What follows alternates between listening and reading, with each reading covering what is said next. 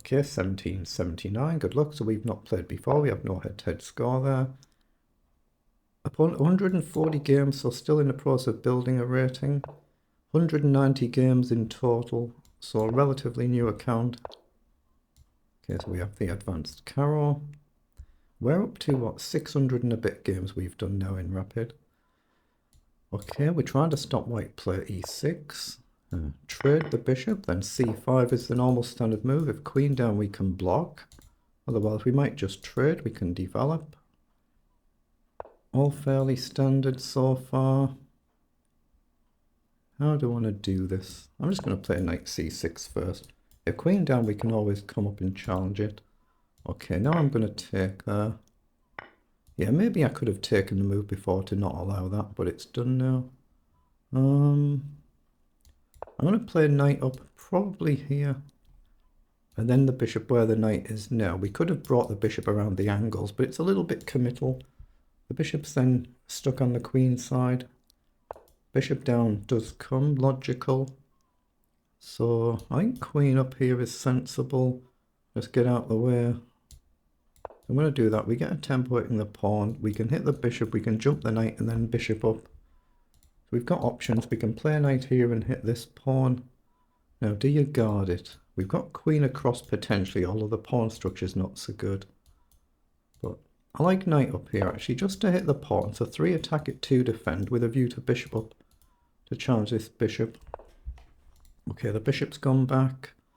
Now, bishop here is a little bit more awkward, because I don't really want to take there and open the file. If I go here now, you can potentially kick the knight, although I guess I've got this.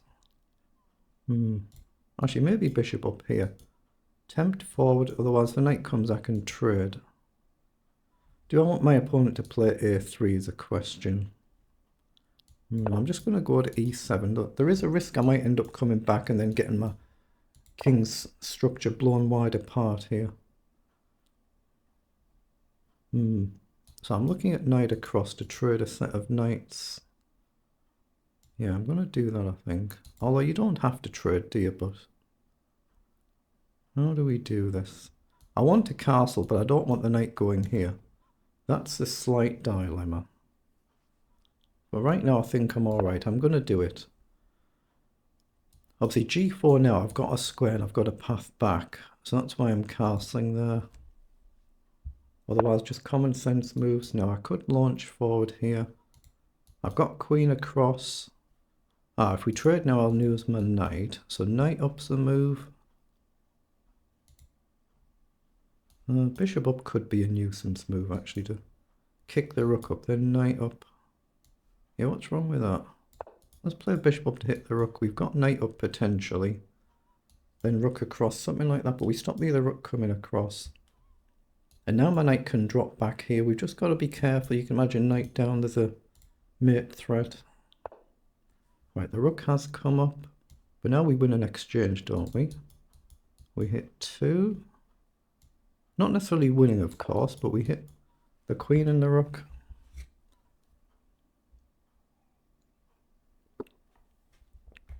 Now, I don't think we can actually win the rook for free.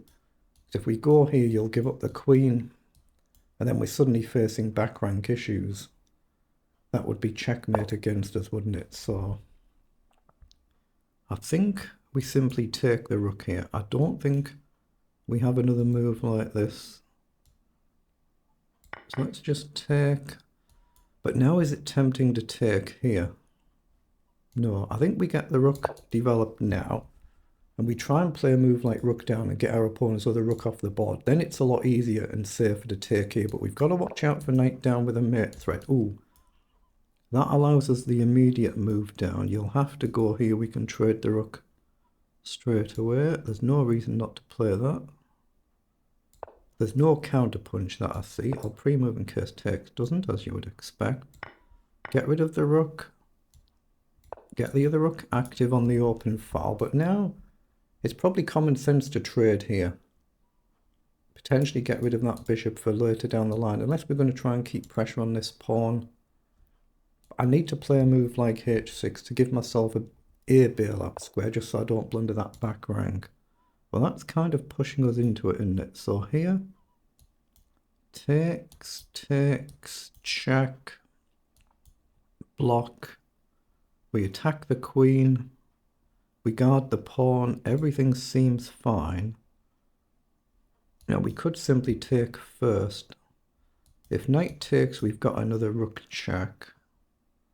And you have to go back, and then queen across should be winning. So I assume I should take here first.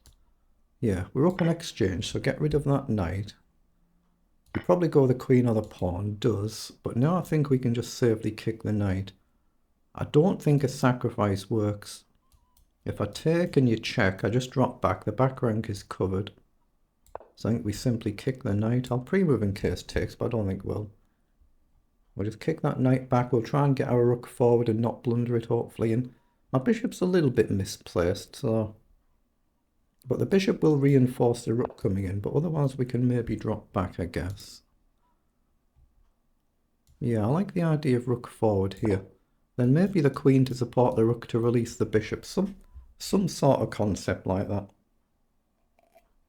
But we're also potentially threatening queen across here to double attack the knight.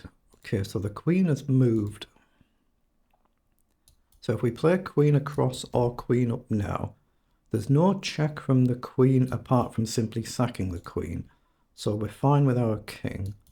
If we go here, we're threatening to simply checkmate. And you can't defend it with a knight, so you have to defend with a queen. Now you can't go here or here, so you'll have to go to one of them two squares. So queen across here. But then am I going to actually trade? I'm not sure I am. I'm not sure I'm going to actually trade. So I'm looking at this to force the queen back somewhere. Then maybe bishop back to hit this pawn, something like that. Does it matter which square I'm on? I think I'm going to go... If I go here, I'm covering the back rank. Here I'm not, but I'm putting pressure on a pawn. So does it matter? What else are you going to do? I'm not sure. I'm going to go here and trust my first instinct. So you're going to have to go back and guard. But now I'm going to drop the bishop back. Just to threaten the pawn and try and bring my queen a bit more centralized. But try not to hang my... Okay, I can't go there now, of course, because of the knight. Trying to hang my rook, I was going to say. Is that knight a big threat? Trying something. I don't see it right now. But could be. I guess I've got bishop back. Yeah, I'm going to take the pawn. Still going to be careful. Knight's going to come here. Bishop back and I guard, but there is a potential for a check. So we still have to be careful. Yeah, that's exactly where he's gone. So what else can we do? We can grab another pawn. I'm burning time here, aren't I? Take a pawn, queen across, bishop back, knight check. I don't like having my queen this far misplaced, so I'm actually going to go here. So the queen can't leave the file without blundering checkmate, and I've got to move like queen back. Knight in now, I think I'm safe to take the knight. Knight in, I could even just take with a bishop. Okay, he's gone back, but now I've got to move like queen up. And then bishop up, something like that. Bishop up first, maybe, I'm not sure. Queen right up, actually, yeah, queen right up, what's wrong with that?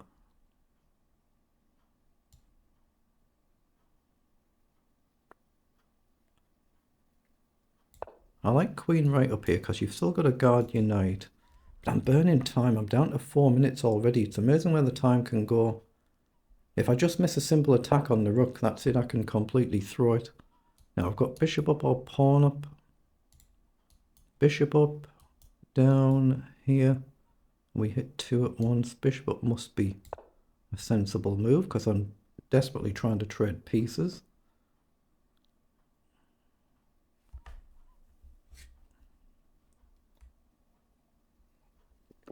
But I'm already, what, nearly 3 minutes down on the clock.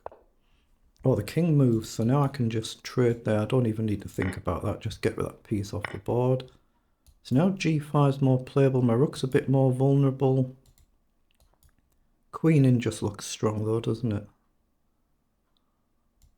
I think queen in looks strong. I just need to watch out for an attack on the rook and not just simply forget about it. But you've got to guard your knight as well here.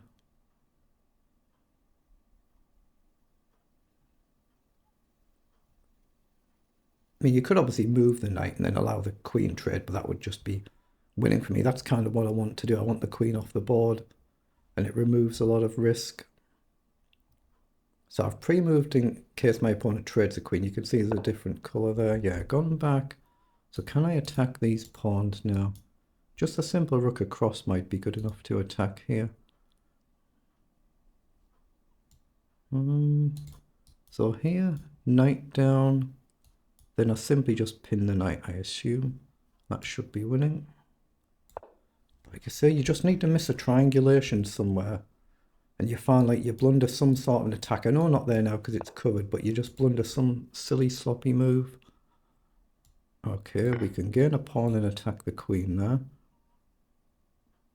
Okay, knight here, queen here is obviously a target for white. And the clock, of course. 7. Okay, well now I can come here and attack another pawn and the knight.